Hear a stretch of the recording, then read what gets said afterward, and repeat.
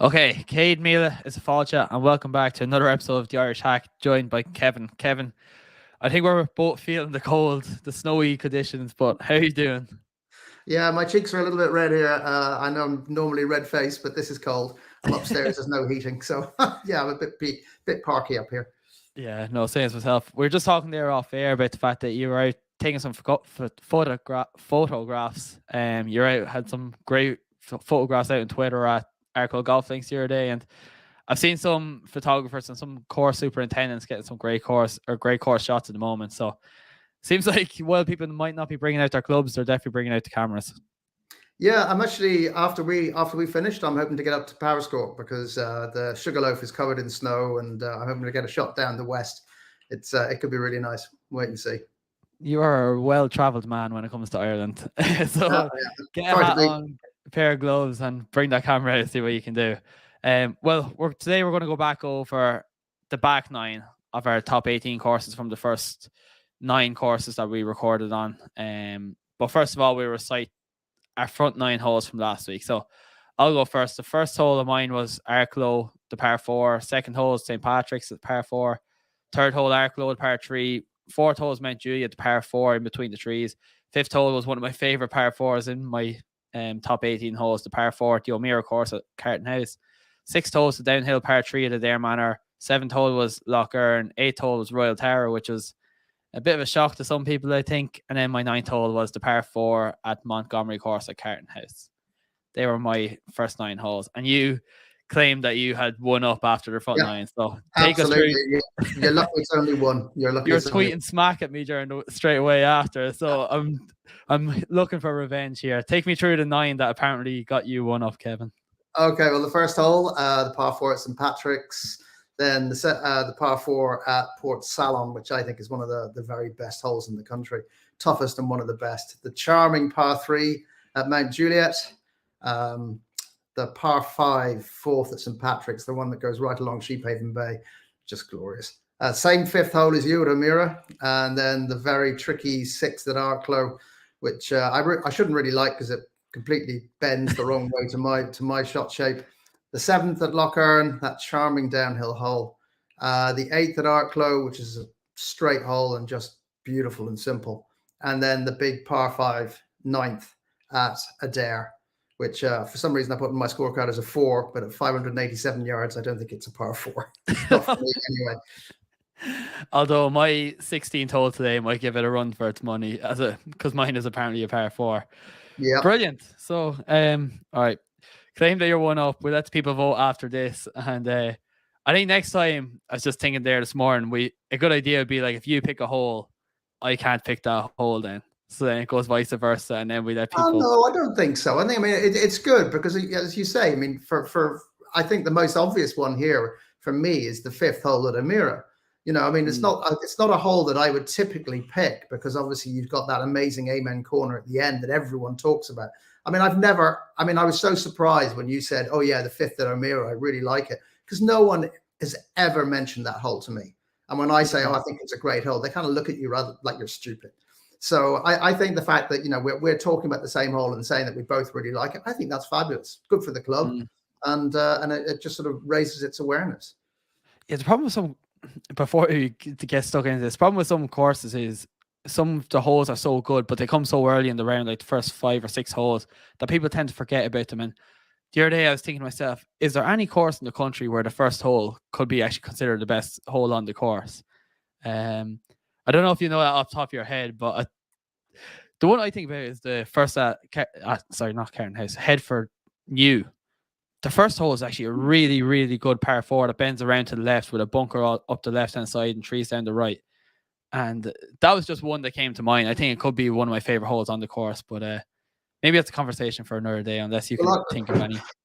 Give me 1 second. Live podcast, and Kevin's gone looking for. Okay, no. This is my book, right? So I did a whole thing on what I thought were the best first holes in the country. So, you know, you talk about the first one. I mean, Scrabo for me is one of the greatest opening holes in golf. It is just sensational. But I mean, I've also listed, say, on the Parkland side. Okay, so you're talking about courses you don't know: Wicklow, Clare Morris, Royal Curragh, Grace Hill, and Malone. So that's what five golf courses that not everyone would know. And I just think the first hole is a sensational opening hole. But sometimes it's very easy to forget about the first hole because of what comes later. Yeah, interesting. Well, I don't think anybody will forget our first holes of St. Pat's and Arklow last week. So yeah, okay, let's get into the first hole of our back nine. I'll kick this one off if that's all right, Kevin, because work away. We're going down to Lough Erne again, the 10th hole at Lough Erne, which is, I think anybody who plays at Lough Erne recognizes this hole straight away because it's a downhill par 4 with trees down the right-hand side, and the green is situated out in a kind of little island out in the water. And there's just so many. You come off the really tough par 5 ninth, and you're just greeted with this glorious hole that you can just hit a rescue out there, or you can try. The thing I always fall for is trying to take driver over the trees and seeing just how close you can get to the green. And at 287 yards, it's just a fabulous par 4 to play down the hill. Yeah, because you want to go for it, downhill hole. I mean, it is drivable for obviously the much bigger hitters, not for me. But I mean, I once made it down onto sort of like the ledge down by the water, because I mean, the hole kind of just drifts downhill and around the trees, and then there's this walled ridge which drops down onto another level, which is where the green is. And I actually once got my ball down there, and that for me was I was just so happy with myself for hitting the ball like that. But it's 287 yards, and as you say, with the green just sticking out right into the lock, they went to a lot of effort to turn this into their signature hole. And as much as I would perhaps look at some of the others, say the 17th, I think it's a fabulous signature hole, and because of the length, it's so enticing. Absolutely. I think this was your 10th hole as well. Is that correct? Yes, it was. Yeah. So okay, we're singing off the same hymn sheet for the moment, but I just thought this was a fabulous course, and fabulous course in general, but this 10th hole is one that will stick out to everybody because, like I mentioned as well, it comes off the really tough par 5 ninth. Kevin, I'll be honest here, I had a little bit of trouble picking my 11th hole, and I can see that we've both gone different directions with this, but what was your 11th hole for this? Well, I went with Mount Juliet. I mean, there are par 3s at Mount Juliet, certainly 2 or 3 of them that I just think are absolutely glorious. And I love the 11th. You're playing over a pond that's low down, and the green is up on a slope and beautifully banked. But there's a photograph I took that just sort of really shows it very nicely. Very calm water, beautifully surrounded by trees. It's a charming looking hole and a really sweet hole to play. It's certainly not in the same kind of league as your 11th hole, which, as you say, goes in a very, very different direction. It does. So I will put in a disclaimer here. When I was doing this, when I was making my back nine, I realized the hiccup that I made on the front nine, that was only a par 34 and 2,983 yards. And I wanted to strive for a par 72 to try my best. So I went with the par 4 at Montgomerie, which is, if you're watching here on YouTube, we're just after showing a photo of the 11th that meant Juliet, and now we're showing a photo of the 11th green at Montgomerie. All right, so yours is a nice charming par 4 or par 3. Mine is an absolute brutal monster of a par 4 with 4 bunkers down the right hand side. You aim to the left, but the thing is, if you aim too far left, there's 2 bunkers guarding the left hand side of the green that if you spray your drive way left to try and avoid the bunkers down the right side of the fairway, you have to come across these 2 bunkers. And that's what makes it such a challenging hole. A par here, and you are delighted all day, every day walking off that hole. But I just think it's a really nice hole in the fact that even if it doesn't let up. If you're standing on the left-hand side of the fairway and you're taking the 2 bunkers on the front left of the green, and you say take an extra club, there's another bunker lurking over the back. And if you go in that bunker over the back of the green, you're pitching onto this downslope towards the other side of the green. It's really, really tough, but I just think the setting of which it's in with the woodland, and you can see the 12th green as well, and the 10th hole is quite a brutal monster as well. The 11th hole, in my opinion, is a little bit easier. There's a tiger line down the right-hand side. So just in terms of like strategy and the way to play it and how it looks, I'm a big fan of it. It's not a big fan of me, but I think it's a fun hole to play, and every time I play it, I feel like it's a fair challenge. And if I walk off with a par, I am over the moon with myself. Yeah, and you would be. I've never come even remotely close to making a par on that hole because, as you say, that the left hand side. If you go too far to the left, you end up being in significant trouble with the approach shot. There's only a really small little channel in from the right hand side, so you have to hug the right hand side of the fairway, which is where all the bunkers are. And as we've said before, you go in those bunkers, they are deep. You are not going to be hitting 180 yards out of any of those. So yeah, it's. I mean, to be honest, I think if I was playing it and I was playing it in a competition, I'd hit a 3-iron off the tee and then probably play a 6-iron, lay up 100 yards and try and hit a wedge in and go for 2 putts, walk off with a bogey, and I would be pretty happy with that. Because you go into those bunkers and your par's gone, and you could be looking at double or triple. Quite frankly, I hate it. I hate it. I hate it. The 11th hole. What is it? You see, it's index 2. I mean, as you say, you mentioned the 10th, which is index 6. So you got 2 really tough holes back to back, 438 and then 415. 450 yards is just so big for most people these days. Yeah, I know. I understand that, but there is a little bit of a cheat code out there now, whereby if you spray it, the bunkers down the right hand side, because they've cut down so much of the fescue there, that you do actually have potential to just aim out to the right, go in the rough, and then have a better angle into the green and potentially a shorter distance as well, which is, I'll be honest, it's what I've done a few times, maybe against some people's ethics, but just with the rough that cut down, I just think there's different ways to play it. And yeah, it's you can argue all day that's not a fair hole, but there's so many par 4s nowadays that are just 380, 390 yards, and there's not much to them. I just loved the little bit of bite that this one gives. Oh no, it's always good. And let's be honest here, Jordan Spieth won the Open Championship doing what you're talking about, finding the lines down outside the fairways that he could use. So we'll call you Jordan from now on. Definitely don't, because I don't resemble any part of his game, short game or iron play. 12th hole. All right, I'm going up to the mighty St. Patrick's Rosapenna at Rosapenna, because I strive to make this a par 72. But I think this is well deserved because there's so many designers nowadays where, and we've mentioned this a few times in the podcast, where they just want to line their fairways with bunkers down the left and right hand side. And this one doesn't do it. There's actually no bunkers until you reach 170 yards out from the green. It's an uphill par 5. With a desert, or not a desert, a kind of a waste bunker down the right, about, like I mentioned, 120 yards out from the green. And I think it'd be very tough to reach in 2. The fairway is very, very wide, so it's not punishing off the tee. But then the green is like split into 2. There's a slope there's a ridge running through the middle and a slope off to the right hand side and a slope off to the left hand side. If you try and reach this in 2, if God forbid you'd ever try and reach this in 2, which is 546 yards long, there's a collection area over to the right hand side, which is really, really tough to recover from as well, considering that a lot of the green slopes away from you. And I just think it's a really, really good par 5, and it's in the middle of like your back 9, and you probably get a little bit lost at times because you can argue the 10th and 11th are a little bit more forgettable. This par 5, the drive just seems so open, but once you get to that green, it's a really, really good green to enjoy and explore around and just drop balls and try and make up and down from random places.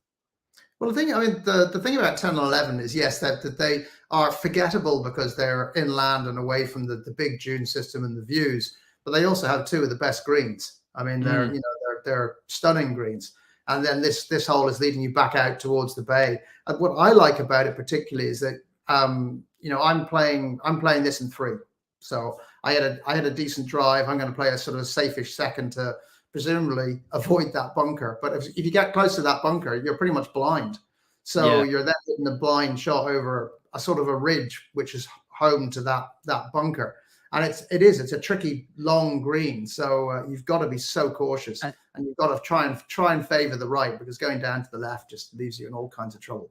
But it's a big long hole. It gets you out there, and I don't know. I mean, it sort of takes you. It ends that stretch of, as well. I don't want to say forgettable. I don't think that's quite fair on the holes, but certainly these are not the impactful holes. And the thing is, like, even if you try and avoid that bunker 120 yards out from the green, there's also just a dune that starts from 100 yards out from the green. So even if you just do aim up the left hand side, you're left with a potentially blind approach shot into this green as well. And there's a runoff area to the right of the green, runoff area to the left of the green, and you're left with a wedge in hand.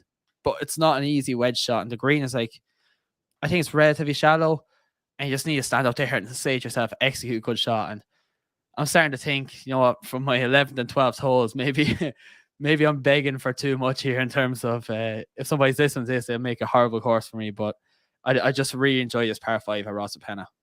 Well, one of the things I find about scorecards that I produce, like this sort of thing, where you end up sort of picking holes from different courses, I often end up beating myself up with some long holes. I mean, the second of Portsalon is big.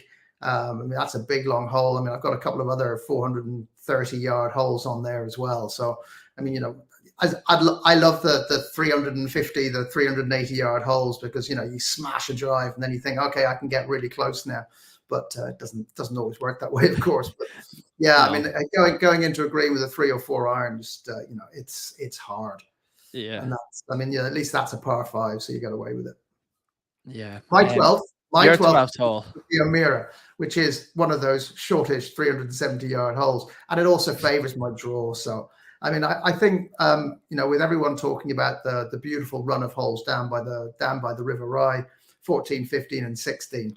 I always think 12 and 13 get forgotten about, and I think they're both very good holes.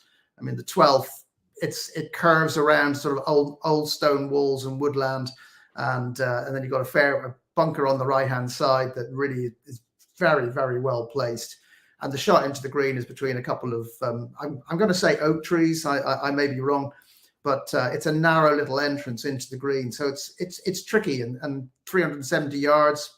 It's good to have that extra difficulty. I just think it's a very sweet hole. Yeah, and I think the tee shot as well is like, I love a good nice bit of scenery when you're standing up there and you get to soak it all in. And 12th tee shot, you walk through from the 11th green and you walk through the trees, and then the whole landscape just opens out in front of you, and it is a fabulous hole. All right, Kevin, the 13th, where are you heading for your 13th? Because I can't remember what you said. Well, I'm going back to Adare, and I mean this is always one of the interesting ones for me, because you know, I get asked, do I prefer the old Adare or the new Adare? And they're so different. It's exactly the same layout, but they are so different that they're incomparable, really. I loved the old 13th. I thought that was an absolutely sensational hole, and this is still sensational. It's still an absolutely brilliant hole that goes over a ridge. You know, you're aiming at this enormous cedar on the right hand side, and then the hole drifts around to the right and goes downhill to the green. It's probably the most Augusta-like hole in there, and probably one of the most Augusta-like holes in Ireland. Certainly, the approach shot just reeks of Augusta all over. It's beautiful. It's a good hole. It's a good length too. It's 400 yards, so you need to get that good drive away. A, so you can see the green, and B, that you've got a realistic chance of getting onto it. And that was you stole my thunder there. That was exactly my point, is how similar this is to Augusta, with just the general look and feel of the place. And then the green as well is like, we mentioned this on the Adare Manor podcast. It's like they're so big in the fact that there's so many pin locations possible for them, but they don't feel so big because they're all split up into little like quartets with ridges running through them, and you feel like you have to hit your area of the green. This one is like, it starts at the front right and it goes towards the back left, and a bunker protecting it at the front left of the green, and a massive, and I mean humongous runoff area over the back of the green as well. And it, like you mentioned, 400 yards. I'm a big fan. Like, one of the things I was listening to the podcast the other day with Tom Doak, and he was on the Fried Egg podcast, and he always said, Andy Johnson from the Fried Egg says, you know what, Tom, I always feel like when I have a wedge in my hands, I'm nearly more scared of it than when I have a 5 iron from 180 yards. And Tom's like, yeah, that's the way I want you to feel, because it should never just be an easy wedge shot. You should still have the same amount of thoughts running through your head that if you're playing a 5 iron from 180 yards. And that's how it feels here at Adare Manor, and the fact that there's that massive runoff area over the back. You just need to stand up there and think about it, and think of where you're going to place this shot. Go for the middle of the green, And even if you go a bit long, you're over the back. If you go a bit short, you're in the bunker, and it's just never easy. Sorry, that's just a point I wrote down the other day because I thought it was super interesting the way he phrased it. All right, I'm going to take us away from the Augusta of Europe, and I'm going to go down to I'm going to Mount Juliet, the fourth hole at Mount Juliet, which is 411 yards. It's a major dog leg around to the right hand side, and off the tee you need to just stand up there and trust your driving line. But I think the bit that everybody remember this for is just how great the approach shot is. Like if you're watching here on YouTube, I'm just about to share a photo of it. The approach shot is hitting into this downhill green with a stream running along the front of the green and a stone-faced wall. And it's not like the most difficult approach shot that you'll ever hit. There's not much danger apart from the water in front. There's no bunkers around the green. But I just think it's so memorable in the fact that, and this is purely just based on the scenery and how beautiful the hole is. I absolutely adore this hole because every time that I play, I remember where I hit my drive because it's a blind drive, and then hitting into the green as well. Like you just think about where you have to land this ball. Pro tip: do not go in the water. But I think it's a fabulous hole. And that's people always remember the par 3s of Mount Juliet, but this one is, I think it's my standout par 4 in the course in terms of how nice it is to look at. Well, it would be one of their signature holes. And certainly because it is a very tough hole. I mean, you talk about it being a big right-hand dog leg. I mean, it's only, I mean, you can actually hit the ball pretty straight, but you're talking about all the rough down the right-hand side, and that's usually pretty well mown. So we go back to what you were saying about the Montgomerie course and the fescue being cut. So there is room to go down that way. And during the whenever it was the Irish Open the last couple of years, you did see quite a lot of guys down that way, and they can go straight to the green. So it all depends on what they're doing with the rough. But I think the downhill shot, as you say, is you can't be sure you're in the pond, but but you can afford to be long. You can afford to be a little, well, not maybe right, because again you've got the trees. But of course, the big issue is the further you hit your drive, the more of a downslope you're hitting off. So exactly. I guess to be honest, I do not like hitting the ball off a downslope. I've never quite figured out in all the 40 odd years that I've been playing golf, I've never figured out really how to do that with any great confidence. So I think, I would rather be playing a sort of a 5 or a 6 iron from further back where it's not flat, don't get me wrong, but it's not nearly as downslope as it would be if you're hitting a wedge or an 8 iron or something. Well, I think that's just the question of it is like, you can, like you mentioned, the Irish Open, you can aim down the right inside, be in that rough and have the fear of catching a flyer or catching a little bit heavy and being in the water. You can try and drive it down and have like potentially 120, 130 yards, but you're hitting off a downslope. Or you can lay a good bit further back, have a flat stance and have 180 or 190 yards into the green. And different ways to play it, but it's not a straightforward par 4. And you could go out one day and play it with an iron off the tee, and then you go out the next day and play with a driver off tee, and then the next day hit it down the right hand side and you get as close as you can. It's a hole that will play very differently. I mean, some holes play the same if you drive the ball left and right or short and long, but this definitely isn't one of those. For sure. I'm bringing us back up to County Kildare, Carton House, the Meara course for the 14th hole. I think, actually, we'll get to it when you say your 16th hole, because I have a question for you. I love this par 3 at Carton House. It's a downhill, 176 yards at the Meara course, and a bunker lurking on the left-hand side with running water running from the front around to the left and then towards the back of the green. It's the river that comes across the 15th and 16th green as well. But even if you bail out to the right-hand side, it's a tough chip shot because you have to come over a little mound at the front right of the green. And I think the whole experience here of you finish the 13th hole and you make this walk through the woodlands and you start walking down this little hill and you get to the tee box and you just look over this green and it looks so vast. And 176 yards is just a perfect distance that you're left wondering, how much is the wind affecting this? I'm going to hit an iron that's going to get above the trees.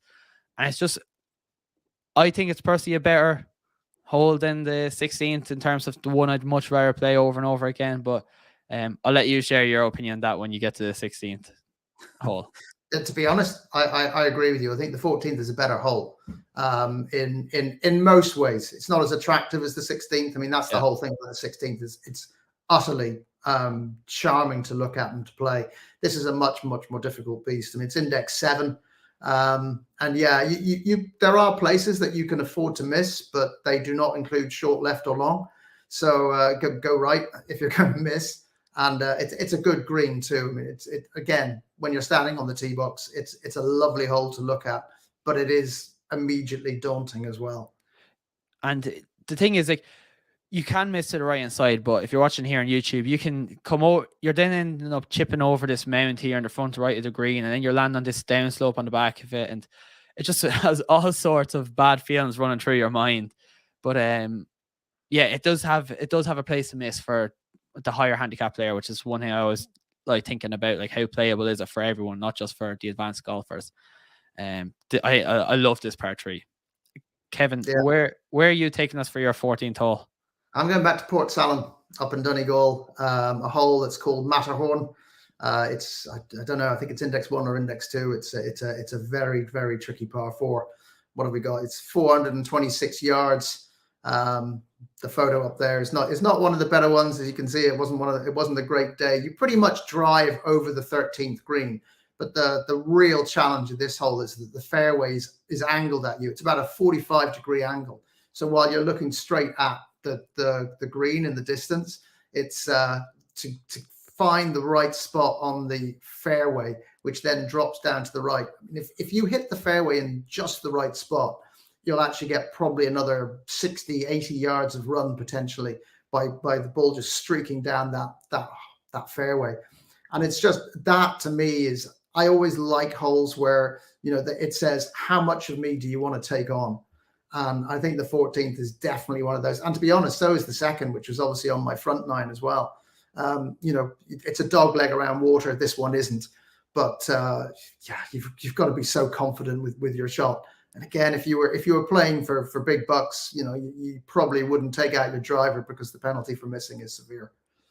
Yeah, and it goes back to a little bit about my point at Rosapenna as well. In fact, like, it doesn't need to be over bunkered. There's one simple little pop bunker down the left hand side, and you nearly have to take it on, because if you spray it out to the right hand side, like you mentioned, the fairway tilts off to the right, and you're left with a horrible stance trying to hit an iron into this green. And yeah, it's just standing on the tee box for the first time. You'd think, oh, just aim it down the right hand side, but you can be severely punished there. Just take on that bunker down the left hand side and try and hug it as best you can to have your best stance. Yeah, when you got a little bunker like that, my advice is aim straight at it, because you're never going to hit it. No, I definitely wouldn't. Wherever I aim, it never usually works out. All right, Kevin, your 15th hole. Where are you taking us? 15 takes us back to Adare, where we are once again in agreement. An absolutely beautiful hole. You are right on the River Meg. The tee box, the River Meg is all along the right hand side, all the way to the green. It's just intimidation. Now it's a short hole. It's 277 yards. There are bunkers on the left hand side. So if you play from the decent tees, you are driving over the river, the edge of the river, and I guess that is terrifying for most people. I find it terrifying. Even though I draw the ball. But it's just a charming looking hole to play. And as you then start going down the fairway, the hotel's on your right hand side, the old Gothic manor. So that all becomes, it all reveals itself, and it just turns it into a beautiful occasion almost, rather than a golf hole. Yeah, and I think everybody, you nearly feel like you have to go for this, but this will be one of the holes of the tournament at the Ryder Cup in 2027 when it's held here at Adare Manor, because we've mentioned it before. The fear is that the Ryder Cup, a lot of the games might not get to the 18th or the brilliant 16th hole, and some of them might finish on the 15th hole. But thank God that this is the 15th hole, because it is going to be incredibly dramatic. Just one of my takeaways when I was watching this at the Adare Manor Pro-Am was, I thought it was quite hard for some of the pros to hit it from the back tees. From the back tees, it's 347 yards.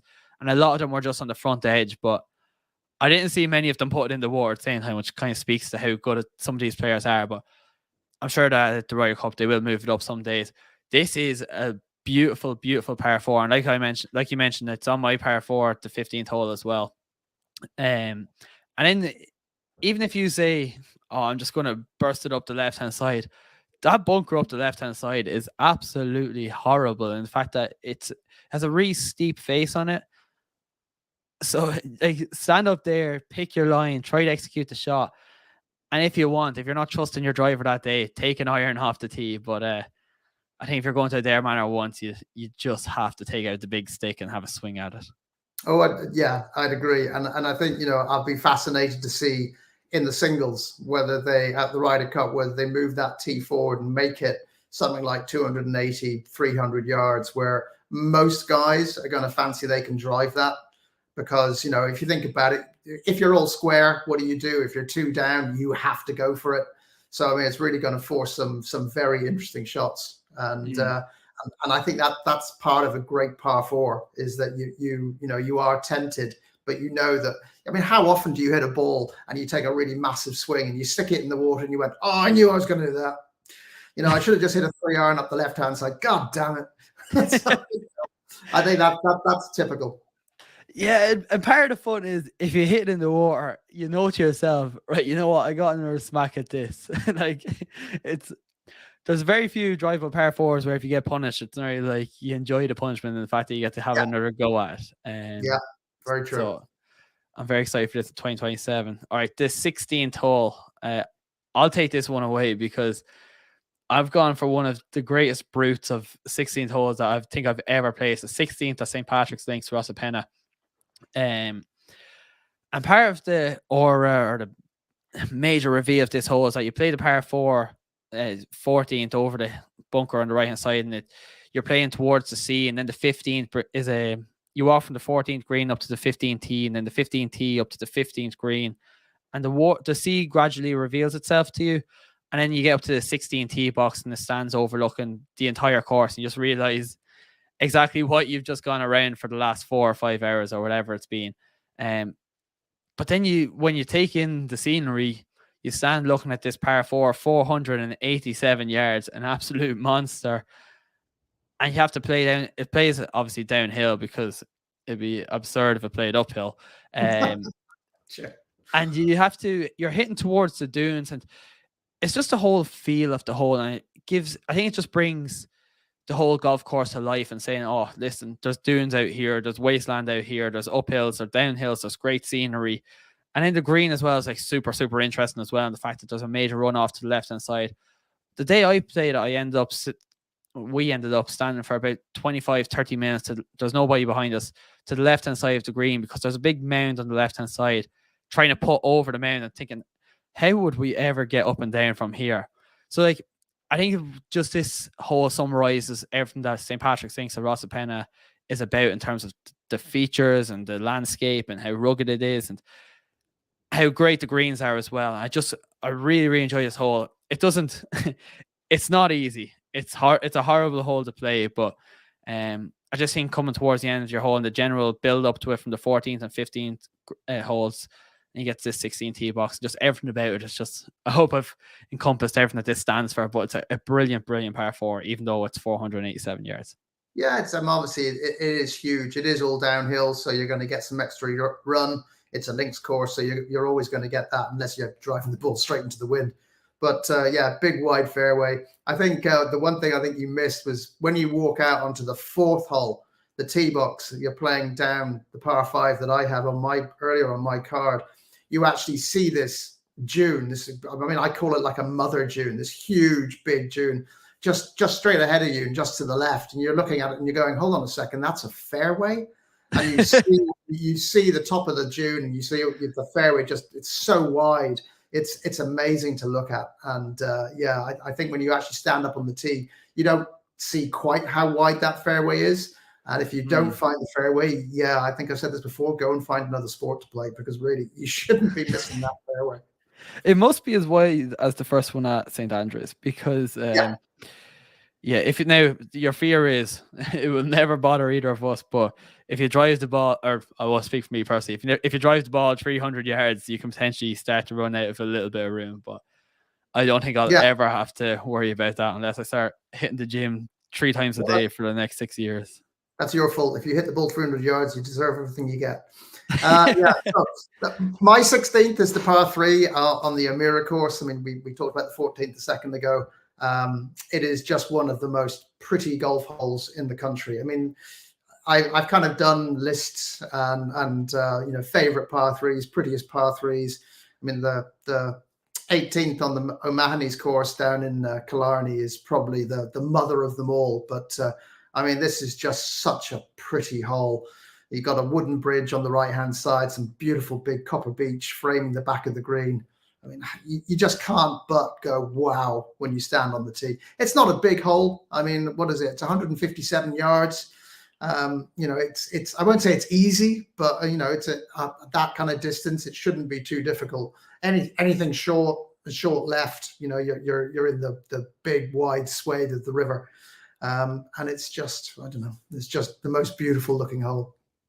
Yeah, and I think I've alluded to this a few times, but I'm a major fan of a grand reveal. And you walk up the 15th fairway and you see the waterfall to the right hand side, and you wonder, geez, what's the other side of that? And then as you crest over the hill, walk from the 15th green to the 16th tee box, you turn to your right hand side, you see the massive green situated in between these like purple and green trees. I won't pretend I know what type of tree that they are, but it's just so magically beautiful. And you start trekking up this little hill, maybe 15-20 yards, and you get to your tee box situated amongst the trees, and you're just so alone and at one with the course.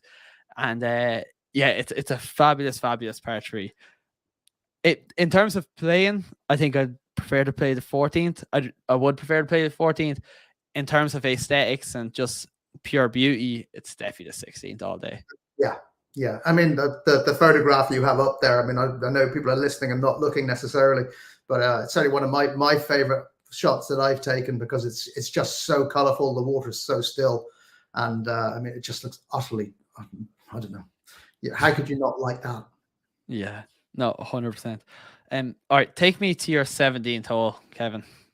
Okay. I mean, one of the things that I'm actually going to encompass the 18th very briefly into this statement, because 17 and 18 on the Montgomerie course are really quite a stunning finish.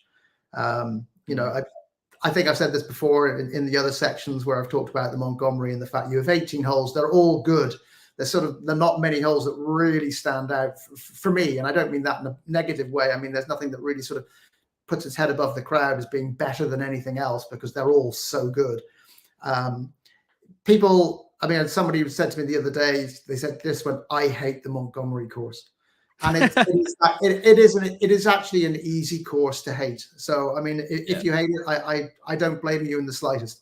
The first time I played it, I had probably one of the best rounds of my life. I like the course, and I've liked it every time I've played it since. I think that first taste has lingered for a very long time. But the par 3 17th, you're actually playing down towards the river. It's really the only time on 17 and 18 when the river comes into play. And it's a lovely wide green, the big pothole bunkers left and right on the front. So you've got a big swathe of green in the middle to aim at. But I pretty much guarantee, and certainly any time I've played it, they've always stuck the flag behind the bunker to make you go for it, to say, oh, come on, take me on, as opposed to just going for the middle of the green. Of course, the thing with the Montgomerie greens is they're so big. If you go for the middle of the green, you could still have sort of 35 feet, 40 feet to the pin. And, two putting from there is no gimme. But it's beautiful. The green is just presented so nicely, and you're on a high tee looking down on it with all the trees and fields behind. It's just another charming hole. I mean, not charming in the way that maybe the 16th on the Meara is, because this is slightly tougher. But it's sort of like a really muscular par 3 to look at.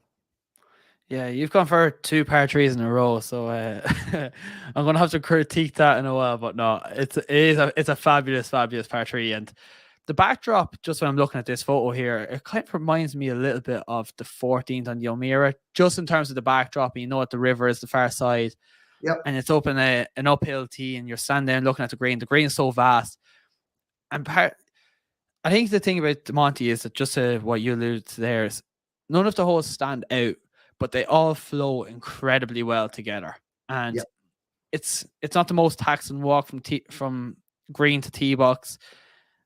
And you just stand back and you look back in the day and you think that was, me personally, I think that was a really, really great day. I don't think there was any standout hole, but just the whole 4.5 hours of just trying to expedite around that course.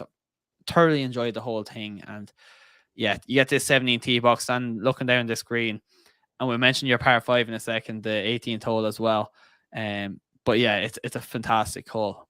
My 17th, I'm not sure if a lot of people would agree with this choice, because I'm obviously leaving out Rosapenna 17, the brilliant par 3. I can't even think what other ones I'm leaving off the top of my head, but the 17th at Portsalon is, and I explained this on my when we did the Portsalon podcast, which was actually our first ever podcast. Standing on tee box, it's a par 5 measuring, let's get it, 477 yards. Not overly tough. The fairway slopes so heavily from right to left. And to get to this, it's a dog leg from right to left as well. And to get to this green, you want to try and hug up the left-hand side. But there's out of bounds down the left-hand side as well. So what you think to yourself is, okay, I'm going to aim up the right-hand side and let it bounce off that hill and run down to the left-hand side. And the left-hand side of the fairway, the lower part, is a flat fairway. If your ball stays up on the right-hand side, or if you go too far right, the ball is above your feet. And if you want to try and reach this in two, you're just left with all sort of questions in your head. And I just think the time I played it, I remember just it bouncing off the right-hand side of the fairway, coming down to the left and just loving the hole so much. But then I saw my other friends who were their ball stayed up on the right-hand side because it didn't bounce. And they had these horrible hook-shaped lies where the ball was going to curve from right to left as right-handers. And they didn't know how to navigate their way around it. But I'm just a huge fan of this. The green is relatively simple. There's 2 bunkers in the front of the green. It's circular-ish with a false front as well, hitting to an uphill green. I think it's a really, really good par 5, and it gets kind of left behind a little bit when people look back on the course. Yeah, I mean, to be honest, it's not a hole that jumps out for me. And then, when we were talking about this in advance, I went off and found a photograph. This is quite an old photograph, but you actually see just how severe that slope is and how much it tilts down to the left. I mean, I didn't remember it being that severe, but yeah, you've got to try and use that as best you can, because I mean, as you point out, if you're down the left hand side, you have a level lie. Anywhere else, you don't. So it's tricky, but 477 yards, yeah, it's doable for a lot of people that hope to be on in 2, but it's kind of impractical because, as you say, it's got a false front, and that just that fools people enough. That was exactly my point. At 477 yards is a par 5. It's not a giveaway par 5. You have to really try and navigate and work the ball right to left. And then if you're on that hook and lie, you have to try and kind of fade it left to right, try and neutralize the ball flight. And hitting to an uphill green with the 2 bunkers dominating your eyesight and you're hitting back towards the town, I think it's a great, great par 5. Well, it's also it's shorter than your par 4 16th. Yeah, so I'm looking to give people a bogey on 16 and a birdie chance on 17. So I've taught my way well around this. I'll take you down my 18th hole, which is going to be the infamous 18th at Adare Manor. To be honest, when I was doing this 9 hole or these back 9, I struggled not to pick Adare for all of the last 4 holes because their closing stretch is genuinely that good. But the 18th at Adare Manor, like the 15th hole, the River Meg runs all down your right hand side. The 18th hole, it runs all down your left hand side. But there's a bunker out there sitting at, I have no idea what distance it is. And it's a treacherous drive trying to hit this drive and not duck hook it left, but not hit that bunker.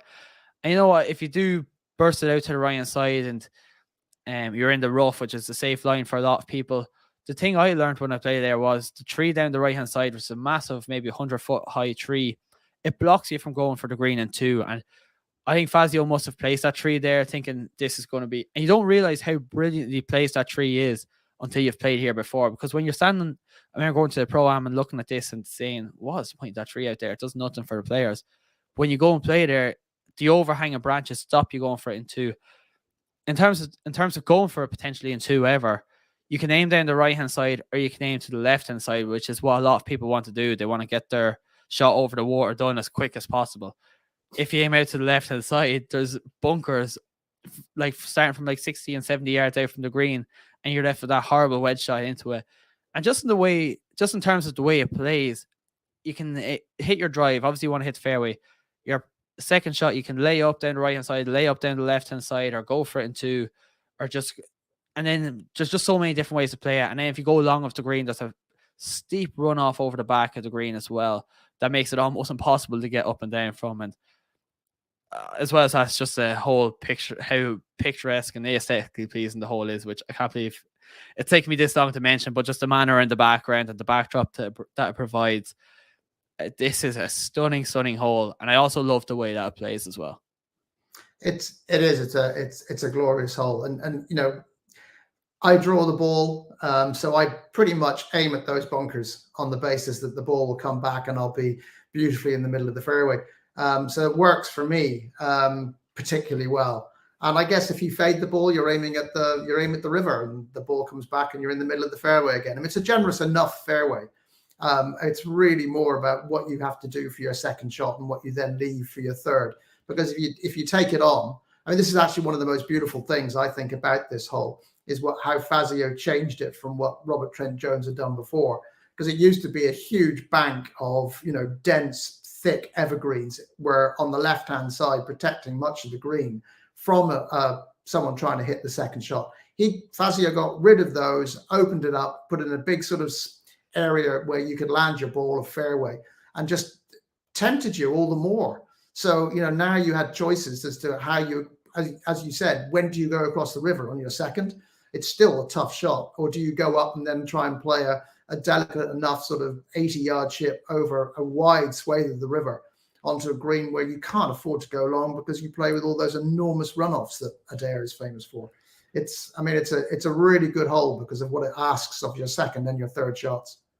Yeah, God, I'm getting goosebumps just thinking about playing this hole. It's terrifying. All right, Kevin, finish us off here to try and get one up on the back 9. Where are you going for your 18th? I'll give you your shot in the back 9 because I think Montgomerie. I mean, this is it. The Montgomerie 17th and 18th.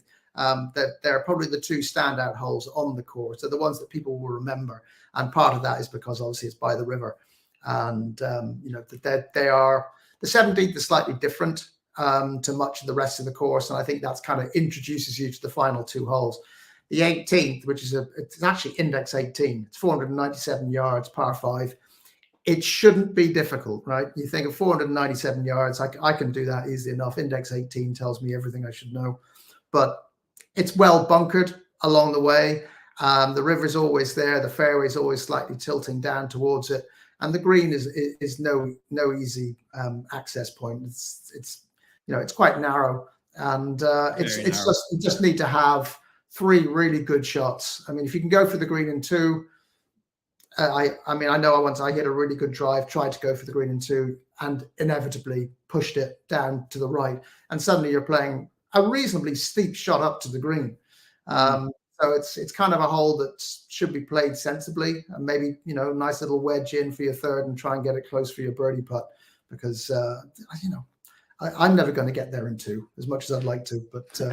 Yeah, it's a nice hole to finish with the river beside. It's a pretty hole. You know, I don't think it's going to make any top 100 holes in the country, but it's a really strong finish to the round of golf. And you're absolutely spot on in the fact that it is a shallow green, but then up to like you mentioned, the river runs all along the right hand side of the green, but to the left hand side there's this like kind of upslope that if you bail out to the left hand side, you're chipping off this downslope towards the water again, and it is a very, very nice par 5. I've never ever played it well, I don't think, so maybe that leaves a bit of a sour taste in my mouth. And even if you're trying to lay up, like you mentioned, it's well bunkered down the left hand side, so you want to hug the right hand side. But then if you hug the right hand side too much or too tightly, you're in the water. So there's a lot of risk and rewards where you can potentially go for it in 2, and yeah, no, it's a nice closing hole. Lovely. Kevin, I think that rounds out our 18 holes from the first 8 episodes. We've had a lot of debate, a lot of chat. Whose is better, whose is worse? We might put it to a poll out on Twitter. Don't think we should be calling that twolls unless someone start making up terms for Elon Musk. But no, it was good. I think we'll put it out. We'll see what people think. Any closing remarks from this? I think we've covered. I'll start off closing remarks. We've covered a good list of courses, like we mentioned last week. I think you mentioned this. There's been some gems or hidden gems in quotation marks that people might refer to, and then there's been some really top-notch courses. But each of them have their own unique elements to it that people will love and quirkiness. And I think, Jamie, I'm not exaggerating. I think the 8 courses or 9 courses that we've covered, all their own quirks and unique things, but they're all brilliant courses in their own right. Well, I mean, if you think about it, we've got three links courses there: Arklow, Portsalon, and St Patrick's. And obviously, St Patrick's is very new. So, I mean, that's interesting. Then you've got the Parklands, and you've obviously got the Montgomerie, which is sort of like this hybrid, what people try to call an inland links, which I always think is an awful word. I don't mind links-like. Of course, is links-like. So, I mean, that's what Montgomerie is. But, I mean, inland links is almost comical. But, then you've got Mount Juliet, Lough Erne. Obviously, you've got Adare. I guess the only thing we don't have in there maybe is sort of the smaller Parkland course. We were chatting about Rathcore earlier on, so maybe that's what we'll need to do. We'll have to find a smaller Parkland course to discuss. Yeah, well, I'm all ears. I'm trying to plan out a calendar for next year of where I'm going and what weeks to play, and I'm trying to book people to come alongside me. But it's been tough work so far to convince people to plan months ahead. But yeah, let's consider courses like Rathcore or down the country or whatever for next year. Speaking of next year, this is going to wrap up the 2022 episodes. I won't have any more podcasts. I'm taking an early Christmas. I'm going to enjoy myself and get fat and eat loads of turkey with happiness. But Kevin, do you have any plans for Christmas? I know you've a few golfing outings to go in terms of photographs and stuff. Well, there are a few courses I want to go and see. I mean, this is the thing, I mean, because I write about golf courses particularly, there are a lot of courses I haven't been back to see in some time. I try to get to as many as I can a year, but if I get to 40, I'm doing incredibly well. So there's a lot of travel involved. So yeah, I'm trying to get to 2 or 3 ones that I haven't seen for a while. If I get to 14, I'm doing incredibly well. So I think you're doing pretty well at 40. Brilliant, Kevin. Listen, we'll catch up with you in the new year for sure. To anybody listening, you can find Kevin on Twitter at Kevin Markham, writing for the Irish Examiner and the Irish Golfer. And be sure to check out his fantastic golf photos at kevinmarkhamphotography.com. You can also find me on all social media handles at The Plug Guy. Kevin, Gurmila Motgut, and I'll chat to you again in 2023. Yeah, great to talk to you, Mark. Have a good Christmas.